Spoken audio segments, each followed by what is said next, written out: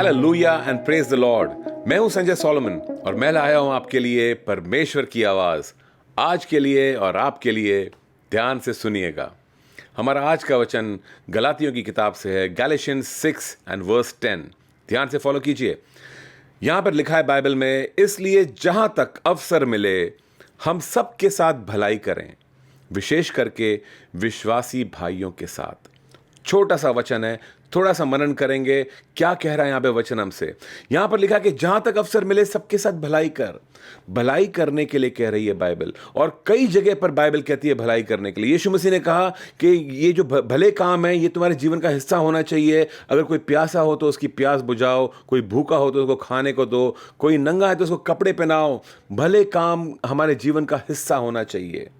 बल्कि हमारा उद्धार हुआ है, हम बचाए गए हैं भले काम करने के लिए। नाउ प्लीज अंडरस्टैंड, भले काम करने की वजह से हम स्वर्ग में नहीं जाते हैं। मतलब डोंट थिंक कि हम भले काम करेंगे तो हमारे बुरे काम कम हो जाएंगे और पलड़ा हमारा भले कामों का भारी हो जाएगा तो हमारे कर्म अच्छे हो जाएंगे, हम स्वर्ग में जाएंगे।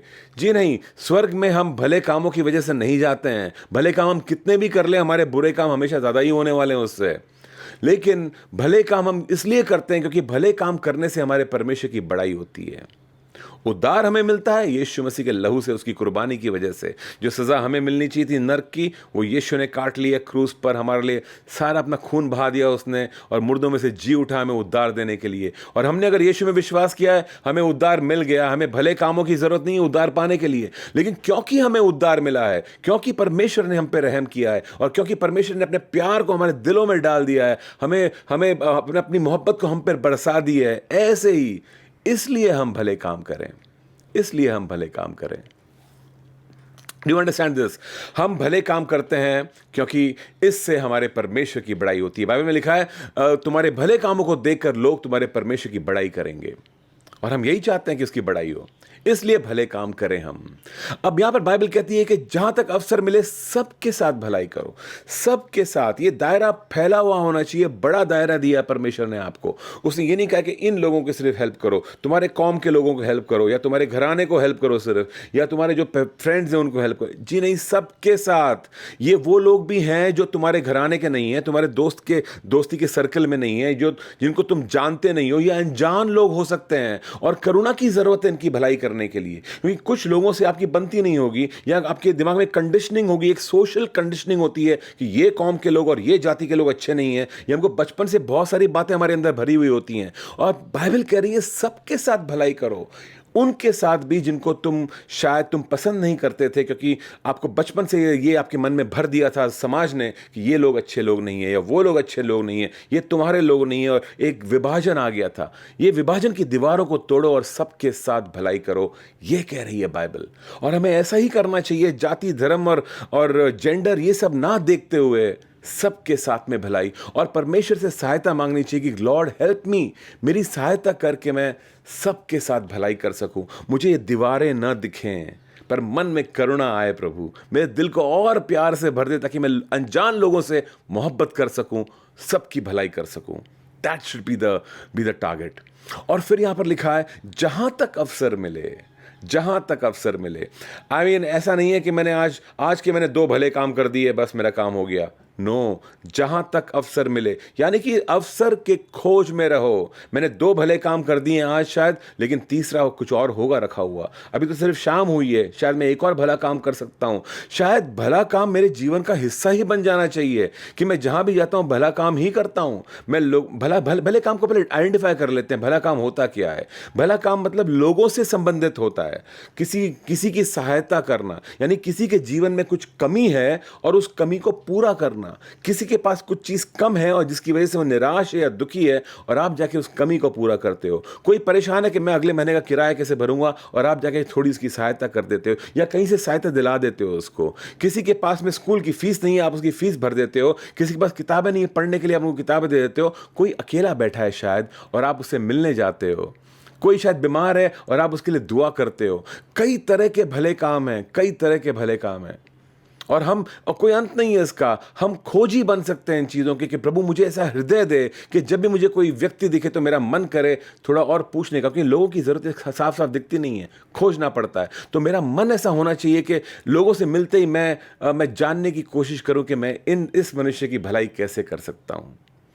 हमें कहीं ना कहीं मूव करना पड़ेगा यहां से, इस विचार से कि लोग मेरी भलाई कैसे करें। यहां से हमको बाहर निकल के, इस खुदगर्जी से बाहर निकल के हमको आना पड़ेगा उस स्थान पे जहां पर हम सोचें कि हम दूसरों की भलाई कैसे कर सकते हैं।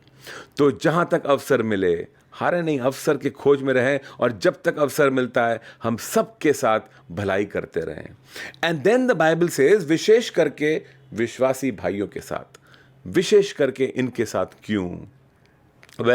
विश्वासी भाई यानी कि वो भाई जो विश्वास करते हैं यीशु मसीह में, जो जो जो जो कलीसिया में शायद आपके साथ में। And I want to tell you, कलीसिया में कभी कभी ऐसा होता है कि हम सब इतना फोकस में होते हैं अपने मिशन के ऊपर कि हमें लोगों की भलाई करनी है, लोगों की भलाई करनी है, कि हम भूल जाते हैं कि हमारे जो सहकर्मी हैं, जो चर्च के लोग हैं, जो साथ में मिलकर दूसरों की भलाई कर रहे हैं, हम एक दूसरे की भलाई करना भूल जाते हैं इस बात को। हमें ऐसा लगता है कि हम एक गुट में हैं और हम सब सैनिक हैं, और हम एक दूसरे को सैनिक की तरह देखते हैं, व्यक्ति की तरह देखना बंद कर देते हैं। ये सैनिक हैं लेकिन ये व्यक्ति भी तो हैं हमारे साथ में। ये शायद कोई सेवा में हमारे साथ में उतरे हैं, ये वर्कर्स हैं, लेकिन सिर्फ वर्कर नहीं है, व्यक्ति भी हैं। और हमें एक दूसरे की तरफ भी सहानुभूति होनी चाहिए, बल्कि हमें एक दूसरे को एनकरेज रखना चाहिए। मैं किसी की भलाई करूंगा अगर कलीसिया में, तो वो व्यक्ति एनकरेज्ड हो जाएगा और वो दूसरों की भलाई करेगा शायद, जिससे मेरे परमेश्वर के नाम को बड़ाई होगी, उसको बड़ाई मिलेगी। ये कितनी अच्छी बात है, ये कितना अच्छा तरीका है ये एक दूसरे को एनकरेज रखने का। और एनकरेजमेंट की ज़रूरत है, क्योंकि भलाई करते करते ये समय आता है जब कभी कभी शैतान हमारे कान में बात करना शुरू करता है और कहता है तू क्यों अपना समय बर्बाद कर रहा है, कोई और नहीं कर रहा है, तू अकेला क्यों कर रहा है। अकेलापन आ जाता है यहाँ पे, क्योंकि सब लोग भलाई करते हुए नजर नहीं आते तुम्हें, और तुम्हें लगता है मैं क्या कर रहा हूँ इस झोड़पट्टी में, मैं क्यों आया हूँ, मैं क्यों सिर्फ गरीबों को खाना खिला रहा हूँ, मैं क्यों उसकी सिर्फ सहायता कर रहा हूँ, मैं क्यों उसका किराया भर रहा हूँ, मैं क्यों ये कर रहा हूँ, अकेला मैं ही कर रहा हूँ, कोई और नहीं कर रहा है। निराशा आनी शुरू होती है, शैतान निराशा लेकर के आता है हमारे जीवन में। और जब हम एक दूसरे की भलाई करते हैं तो एक एनकरेजमेंट आता है हमारे अंदर, और हमें लगता है नहीं ये काम हमें करने चाहिए। हमारा विश्वास बना रहता है भले कामों में, परमेश्वर में। आमीन। तो मैं आपको एनकरेज करना चाहूंगा आज कलीसिया में किसी के साथ में भला काम करना और अवसर के खोज में रहना कि आप दुनिया में जो लोग हैं, सब लोग सबकी भलाई कैसे कर सकते हो। परमेश्वर से प्रार्थना करना कि विभाजन की दीवारों को गिरा दे प्रभु, मैं लोगों को ये जाति या वो जाति करके ना देखूं, मैं सबकी भलाई करना चाहूं। मेरे दिल को भर दे मोहब्बत से, ताकि मैं सबके लिए मेरे पास करुणा हो और बहे ये करुणा फ्रीली सबके लिए।